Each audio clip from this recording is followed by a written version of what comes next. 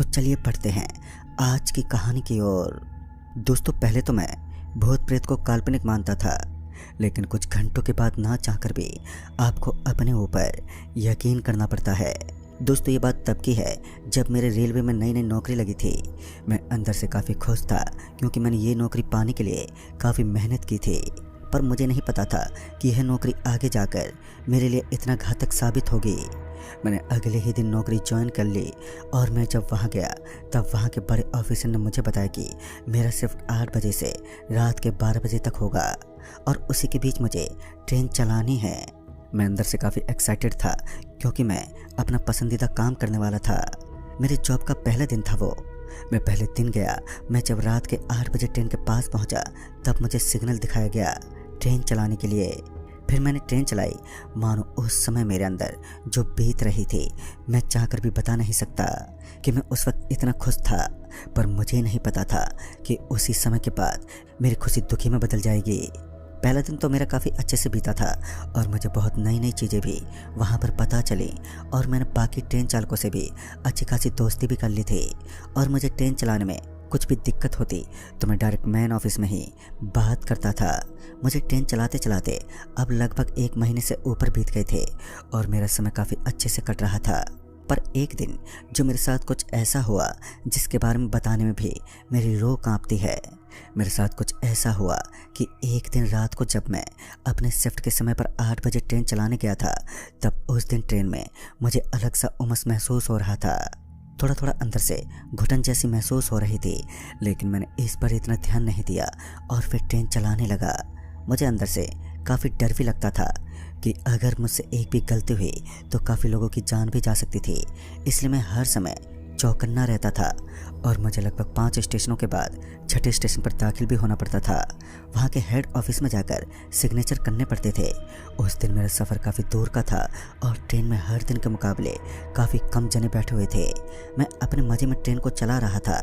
मैं अभी ट्रेन चला ही रहा था कि पटरी के सामने अचानक से एक आदमी आ गया और उस समय काफ़ी रात थी, इसलिए मैं ढंग से उस आदमी को देख नहीं पाया और ट्रेन के सामने अचानक से वह आदमी आने के कारण ट्रेन ने उसे एकदम से पारी कर दिया। मुझे कुछ भी समझ नहीं आ रहा था कि वो आदमी कौन था और ट्रेन के सामने क्यों आ गया। अब मैं अंदर से काफ़ी ज़्यादा घबरा गया था, लेकिन मैं चाहकर भी उस ट्रेन को रोक नहीं सकता था क्योंकि उस समय ट्रेन की गति अपनी सीमा पर थी और अगर मैं उस समय ट्रेन को रोक देता तो जाहिर था कि उस दिन काफ़ी बड़ा एक्सीडेंट हो जाता। मैं पूरे रास्ते यही सोच रहा था कि आखिरकार वह आदमी था तो था कौन, और मेरे मन में बस उसी के बारे में अभी बातें ही चल रही थी कि फिर मैंने उस आदमी के बारे में सोचना बंद कर दिया और सफ़र पर ध्यान देने लगा। लगभग 5 स्टेशन बीत जाने के बाद और अब जो स्टेशन आने वाला था मैं उस स्टेशन से एकदम वंचित था क्योंकि इस बार यह रोड मेरे लिए एकदम से नया था और उस स्टेशन पर मैं पहली बार जाने वाला था। कुछ ही समय में वो स्टेशन आने वाला था और मैंने उस स्टेशन के दूर से झलक देख ली थी। वह स्टेशन देखने में पूरा अंधेरे से भरा हुआ था। ऐसा लग रहा था कि उस स्टेशन पर कभी कोई गया ही ना हो। जब मैं ट्रेन लेकर स्टेशन पर पहुंचा तो वो स्टेशन पूरी तरह से अंधेरे से भरा हुआ था और काफ़ी सुनसान भी लग रहा था। मानो रात के समय वह स्टेशन किसी भूतिया स्टेशन से कम नहीं लग रहा था। मेरा अंदर से मन कर रहा था कि स्टेशन पर नहीं जाऊं, लेकिन मुझे ड्यूटी की वजह से उस स्टेशन पर जाना पड़ा। मैं जब स्टेशन पर उतरा तो मैंने चारों तरफ नज़र घुमाई, पर मुझे गिन चुन के कुछ ही लोग वहाँ पर दिखाई दे रहे थे। फिर मैं स्टेशन से चलते चलते ऑफिस के इधर पहुँचा। मैं जल्दी से दाखिल हुआ और ट्रेन की ओर आने लगा। मुझे अंदर से काफ़ी डर भी लग रहा था, इसलिए मैं जल्दी जल्दी चलते चलते वहाँ से आने लगा। लेकिन जब मैं ट्रेन के पास पहुँचने ही वाला था कि किसी ने मेरे पैर को ज़ोर से खींच लिया, जिसकी वजह से मैं ज़मीन पर वहीं एकदम से गिर पड़ा। अब मुझे कुछ भी समझ नहीं आया कि मैं ज़मीन पर कैसे गिर पड़ा, क्योंकि मेरे आजू बाजू कोई था ही नहीं और मुझे अंदर से ऐसा ही महसूस हुआ कि किसी ने मुझे जानबूझकर गिरा दिया हो। अब मैं उठकर ट्रेन की ओर जाने ही वाला था कि अचानक से मेरे सामने एक आदमी खड़ा हो गया। उस आदमी को एकदम से सामने देखकर मानो मेरे दिल की धड़कनें अब बढ़ने लग गई थी। स्टेशन पर चारों ओर अंधेरा छाया हुआ था, जिसकी वजह से वह आदमी साफ साफ दिख नहीं रहा था। मैंने उस आदमी से पूछा कि कौन हो तुम और मेरे सामने क्यों खड़े हो, लेकिन वह आदमी कुछ भी बोल नहीं रहा था, बस मेरी ओर खड़ा होकर मुझे घूरता ही जा रहा था।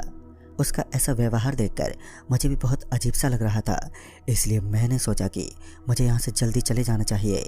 इसलिए मैं उस आदमी को पार करते हुए वहाँ से जा ही रहा था कि तभी उस आदमी ने मेरा हाथ एकदम से पकड़ लिया। ऐसा लग रहा था कि किसी ने मेरा हाथ जंजीर से बांध दिया हो। मैं बहुत कोशिश कर रहा था उससे अपना हाथ छुड़ाने की, लेकिन मैं चाहकर भी अपना हाथ उससे छुड़ा ही नहीं पा रहा था और वह आदमी मेरे हाथों को जोर से कसते जा रहा था। ऐसा लग रहा था कि कुछ ही पल में मेरे हाथ एकदम से उखड़ जाएंगे। मैं छुड़ाते छुड़ाते अंदर से काफ़ी थक चुका था कि तभी वहाँ पर कोई चिल्लाते हुए आया, पर मुझे नहीं पता था कि वह कौन है और वह उस समय वहाँ पर कैसे आया। लेकिन अगर वह उस समय नहीं आता तो मैं चाहकर भी खुद को छुड़ा नहीं पाता और उस आदमी को चिल्लाता देख जिसने मेरा हाथ पकड़ा हुआ था वो एकदम से गायब ही हो गया। फिर वह आदमी मेरे पास आया और मुझे बोला कि आप इतनी रात को यहाँ पर क्या कर रहे हो, आपको तो ट्रेन चलाने जाना चाहिए। फिर मैंने उन्हें सारी बात बताई कि मेरे साथ क्या हो रहा था।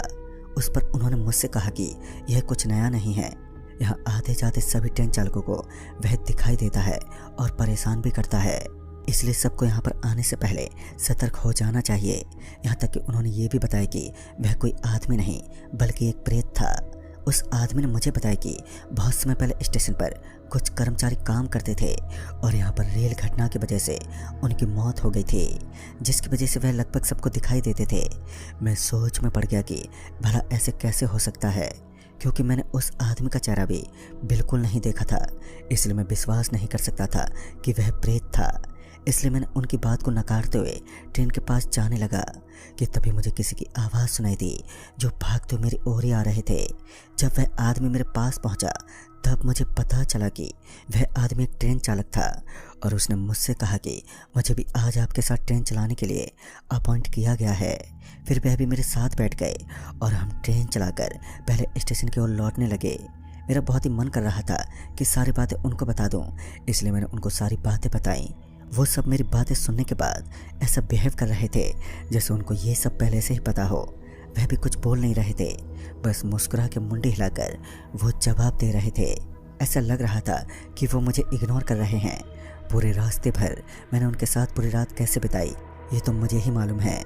जब मैं ट्रेन लेकर पहले स्टेशन पर पहुंचा तो मैं ट्रेन से उतरकर उनके साथ कुछ कदम चला ही था कि मैंने बात करने के लिए उनकी ओर मुंडी घुमाई, तब वहाँ पर कोई भी नहीं था। वह वहाँ से एकदम से गायब हो चुका था।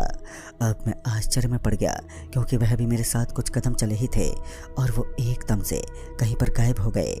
ये मैं कुछ समझ नहीं पा रहा था कि आखिरकार वो गए तो गए कहाँ। इसलिए मैं अगली सुबह जाकर ऑफिस में उस रेल चालक के बारे में पूछा। तब उन्होंने मुझे बताया कि उस रात स्टेशन पर कोई भी रेल चालक ट्रेन चलाने के लिए नहीं भेजा था। मानो ये सब सुनने के बाद तो मेरे पैर के नीचे से ज़मीन ही खिसक गई, क्योंकि पिछली रात मैंने जिस आदमी के साथ बिताई वह आखिरकार था तो था कौन। वह एक प्रेत भी हो सकता था और मेरा छलावा भी हो सकता था। यह सब सुनने के बाद मेरा पूरा शरीर कांप रहा था, यहाँ तक कि मुझे कुछ दिनों तक बुखार भी आ गया था। यह कोई हादसा तो नहीं था, लेकिन किसी हादसे से कम भी नहीं था। फिर जब मेरी हालत ठीक हुई तो मैं वापस से अपने काम पर चला गया, पर उस दिन के बाद से मेरे साथ कभी भी ऐसी घटना नहीं हुई और मैं पूरी ज़िंदगी में कभी भी उस भूतिया स्टेशन पर नहीं गया। तो दोस्तों, इस कहानी में बस इतना ही। कहानी आपको पसंद आई हो तो वीडियो को लाइक शेयर ज़रूर करें